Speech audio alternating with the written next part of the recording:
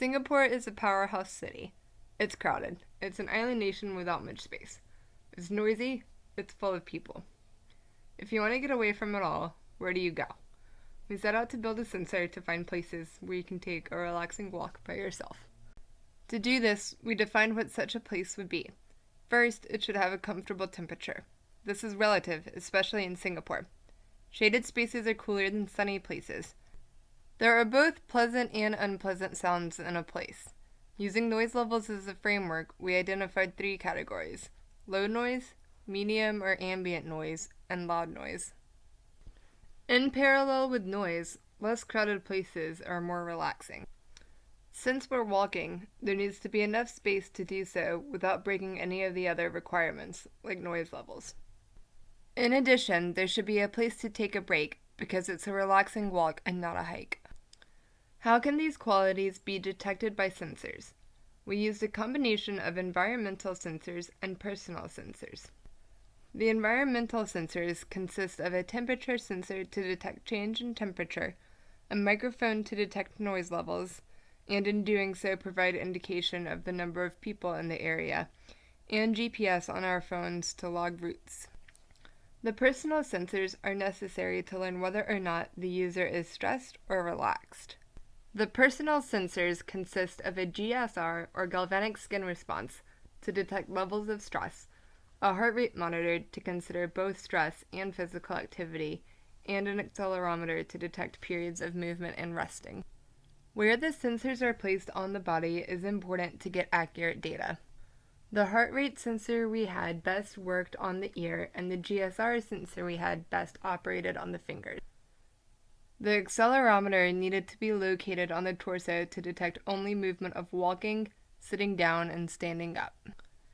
In order for the temperature sensor to detect the outside ambient temperature, we had to place it well away from the body, which was a challenge since our prototype is a wearable. The temperature sensor is attached on top of a foam pad, providing a barrier between it and the human body. To house all of these sensors, we used an armband that one might use to carry their phone. This matches the typical form of some wearables for exercise. The armband also contains the battery pack. To collect data, we went to different types of spaces in the city: a street side, a subway station, a shopping mall, places tourists go, a university campus, and a park. Data is recorded every second with a time provided by a real-time clock. We anticipated that low temperature, low noise levels, and a continuous GPS path matched with a not too high heart rate, low GSR levels, and occasional periods of rest indicated by the accelerometer would represent a relaxing place to take a walk by yourself. As prototyping goes, our first deployment gives us a sense of how our data will look, but not the best results.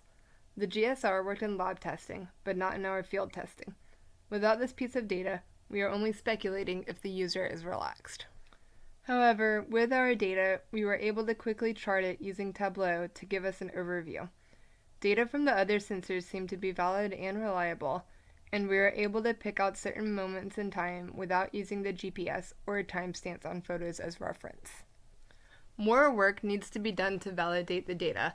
All of the personal sensors, the GSR, the heart rate, the accelerometer, need to be calibrated for each user. More testing should be done in a variety of places to have more sample points and test the possibilities and limitations of the sensors. To understand the data, more visualization and analyses need to be done. Beyond research and into the realm of everyday usage, users of the device would benefit from receiving feedback about how the environment affects their self. In addition, crowdsourcing the data from multiple users would paint a picture of the entire city and help citizens find places to get away from it all. Plenty of work remains to be done. We think it's a worthwhile task. As more people move to cities, cities will only become more crowded. Work will remain stressful, more work will become sedentary, and so it will only ever become more important to not only find a relaxing place, but to find a relaxing place to take a walk by yourself.